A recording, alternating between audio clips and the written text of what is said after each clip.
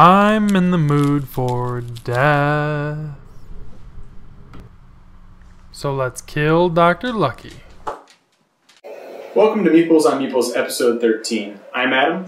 I'm Brian. I'm Patrick. Before we get into our game of the week for this week, we'd like to invite you to follow us over on Facebook at facebook.com/MeeplesOnMeeples and Twitter at MeeplesOnMeeple. We also would like you to follow our videos. We're posting them both on Vimeo and on YouTube. You can go over to either of those sites, search Meeples on Meeples. All of our videos will come up. You can like the videos, subscribe to our channels, and follow us and get updates every time we put up a new video. This week's game of the week is Kill Dr. Lucky. Kill Dr. Lucky basically is, I guess the best way to say it is it's the prelude to Clue. Yeah. Where in Clue you're going around a mansion trying to figure out who done it. Here you're going around a mansion trying to kill Dr. Lucky. You are the murderer. And that's pretty much the premise of the game. The way it works is you all get a cardboard stand up for a character. Who you are doesn't really affect gameplay.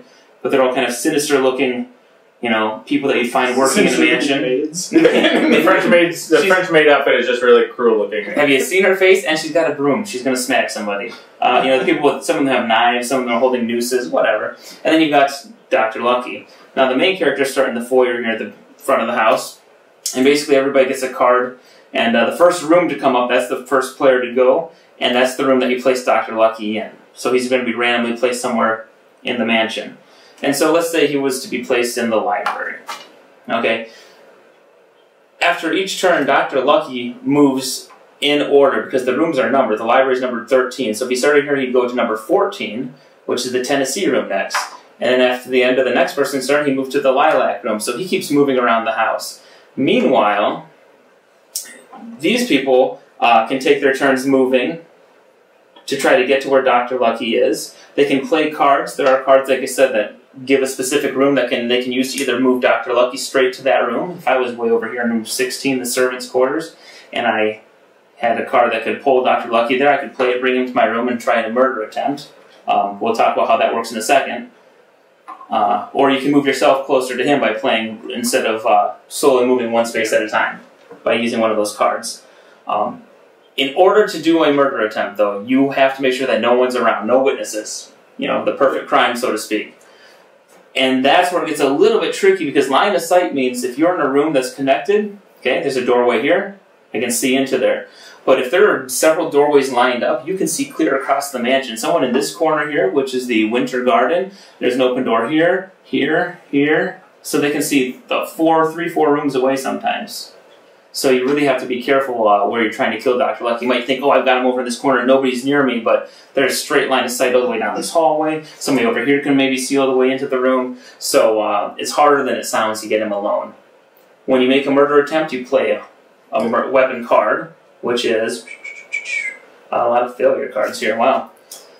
You play something that will say, okay, the crepe pan, murder value of 3.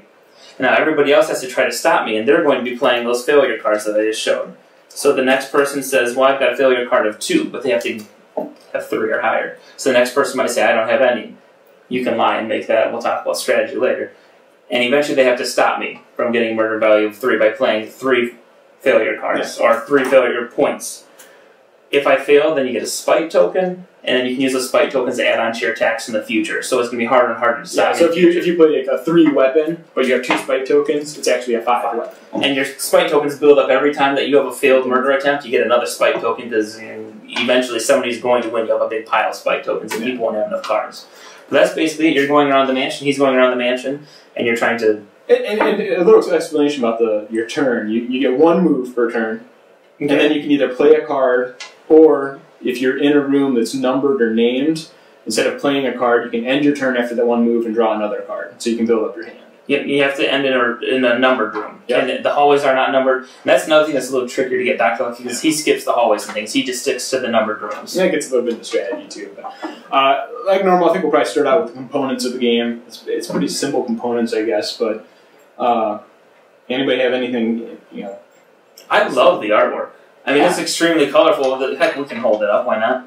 But it's, I'd say, the best part of the game is that artwork.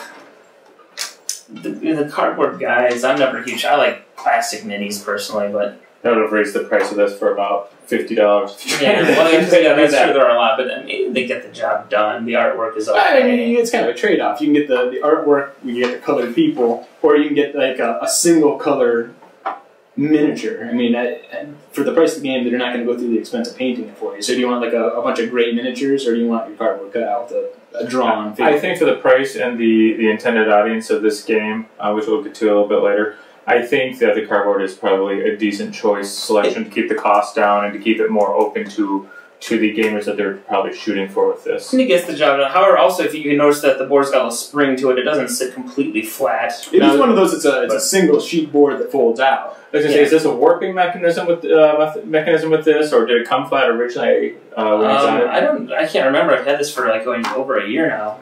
Really? I don't know. A year? I know. Really? Whoa! My gosh. I'm just saying, I remember a year ago I did a lot of board games. So probably warped when I got No, the one thing I was saying is the cards, we have them in plastic wrap, so the cards are kind of cheap. They're cheap. Again, this is basically a gateway game. To jump into that a little bit, it's a good starter game for people. Yeah. And so to keep the cost down, I mean, if this was an expensive game, it would lock out a lot of what their intended audience would be. I think it would cost too much to make and make it prohibitive on their core audience purchasing. Aside from that, though, I mean, I don't think we can really go into components a whole lot on this. I mean, there's not a lot to it. There aren't a lot to, you know, there are other characters up to 7 players. Yeah. There's an expansion, his little dog too, and you get a little cardboard dog. The rules are well laid out, so that's about all I have to say about components. Yeah, the rule book's pretty small. It's what, 3 or 4 pages. Yeah, there are very few rules. Yeah. I mean, strategy's kind of the same thing, though. I mean, there's not a lot. Yeah. I mean, maybe to talk about strategy. Maybe you want to start with that. I'll start with strategy. One thing, we'll get to rating it a little bit, but one thing about strategy is it's really random, and that's one of the frustrations that I have with it is you can't really build up a strategy because it's random. Yeah, Dr. Lucky moves one space unless somebody plays a card and draws them into another space. I can only move one space unless I have a card that makes me move another place. If I don't pull off any of those cards that allow me to jump to another room, I'm stuck chasing him around this freaking board. I guess I take a little issue with it. I mean, as the game first starts out, I think there's maybe not a lot of strategy to it. But as you build up your hand, I think you can get pretty strategic. I mean, I think the guy that won our last game had like 3 different types of move cards he played to get Dr. Lucky in the exact spot he wanted to be, and then he had the exact weapon for that room, so he got a bonus for that weapon. So he went through like 5 cards. Like, it was a lot of strategy to get that kill. That's true, but the possibilities of pulling that off is what I'm saying is it's random. The longer the game goes on, the more likely you're going to pull that off. You're drawing more cards. Like, he built up a hand that is probably 10, 12, 15 cards. Yeah, but it's like a pile of spike tokens that hurt either. Yeah, he pulled off like a 5-card run in order to get Dr. Lucky in the exact place to pull off. And I'm not saying you can't do that. I'm just saying it's a game that frustrates me because you really, by accident, you gain those 15 cards.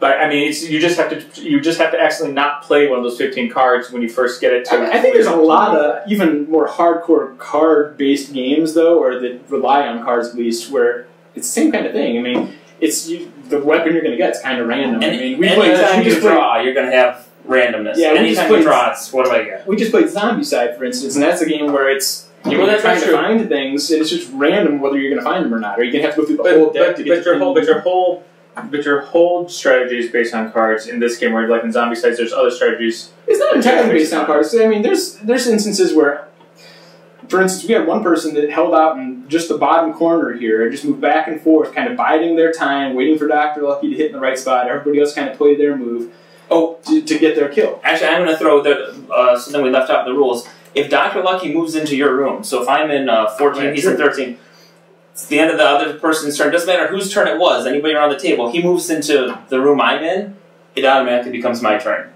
And then, so by playing one room ahead of him, you can kind of lead him around a little bit, like, oh, I'm just going to move here. And he's going to move, because let's say somebody had line of sight into here. Okay, I can't kill him at 14, but I'm going to move here to number 15. Oh, he moves into 15 again. Now nobody has line of sight.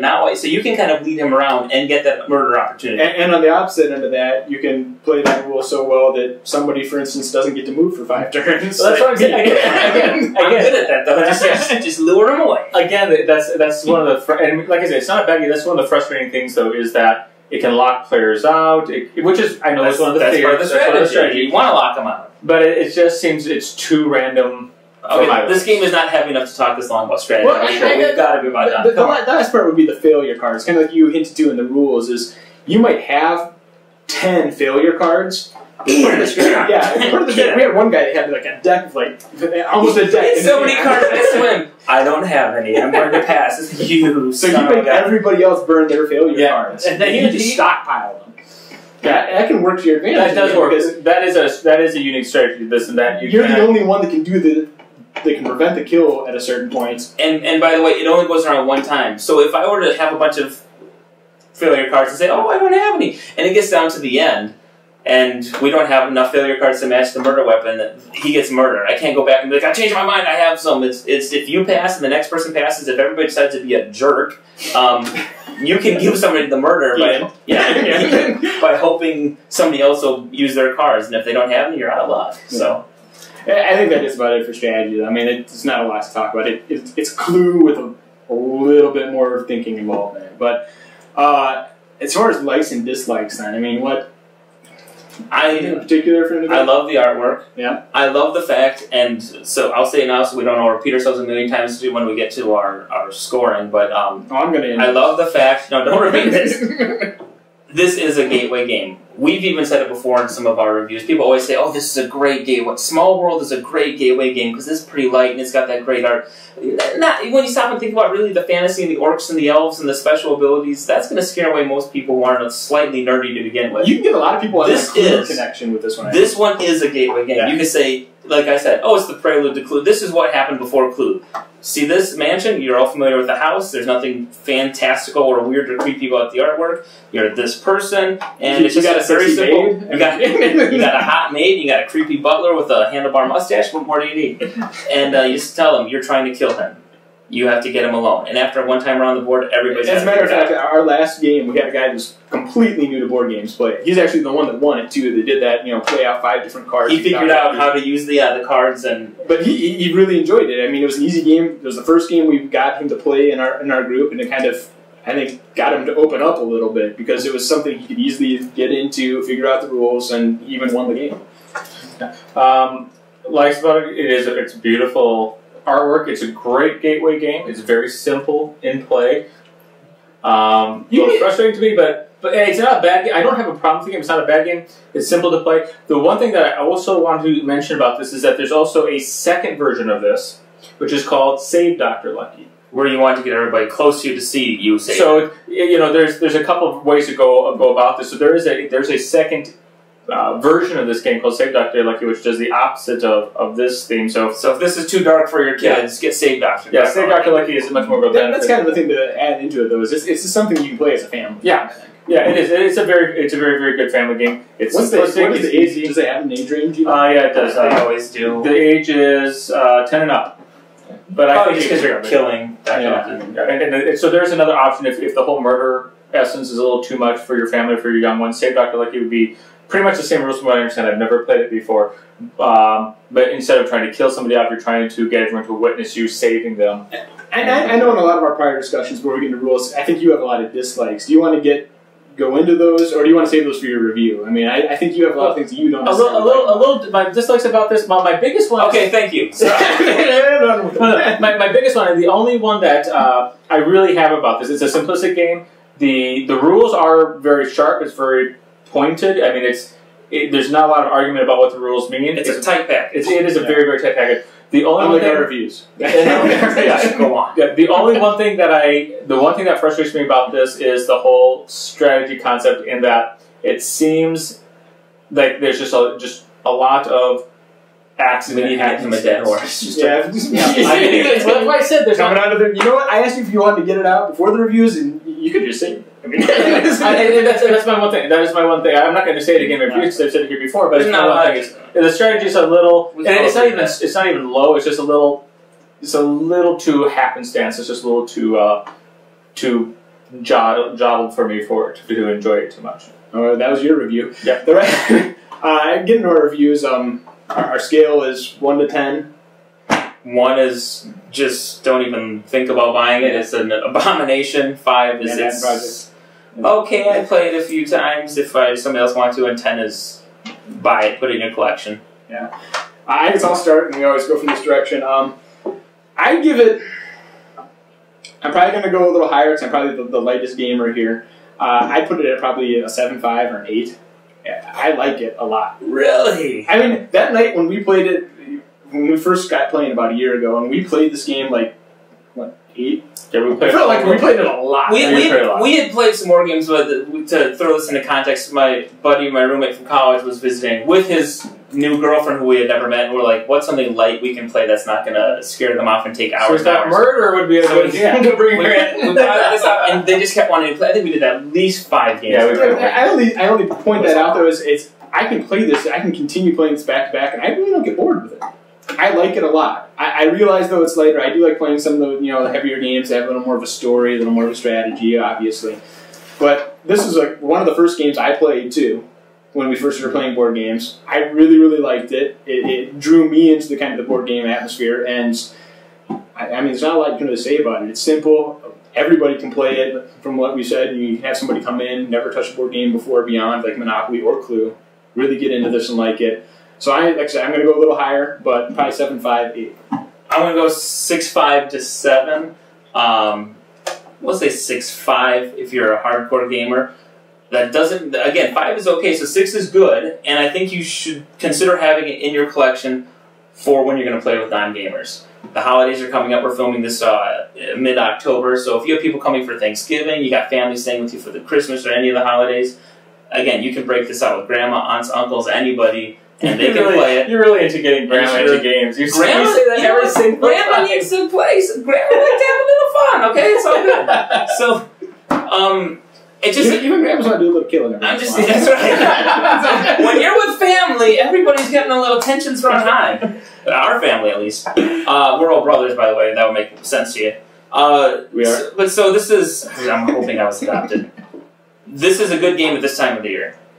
I mean, if you're going to have people come over... Or it's a game if you have a family, even. If you have little kids. So if you're going to be playing it primarily for that with a bunch of non-gamers, you can bump your score up a little higher. But I would seriously consider having it in your collection because it's pretty cheap and it's good with anybody. And this will probably shock you. I'll give it about a 6. I'm surprised it's that high. Yeah, I really am. It's really bad for me to go below 5. It really does. I give it a 6. It's a great gateway game, as we've beaten that to a dead horse. It's great for people who've never played before. It is worth to have in your closet, your game closet, just to pull out. I think it's a fast one. I have been playing a lot of games with my children lately. It's a fast game to pull out if you want to play with them. It's easy to learn. And even though it's not enough strategy for me, or the strategy on it, I should say, is a little bit wonky for me, I still think it's a great game to play with a group, regardless of that. It's up to 7 players. Yeah, it's a really big game. It's a big group game. Yeah. All right, I think that about wraps that up. So next week we'll be doing a kind of a newer game. It's actually going to come out after Halloween now, but Zombie Side, which we just got done playing tonight actually for our second time. I think it's a great game. We all had a good time with it. So check us out next week for Zombie Side, and we'll see you then.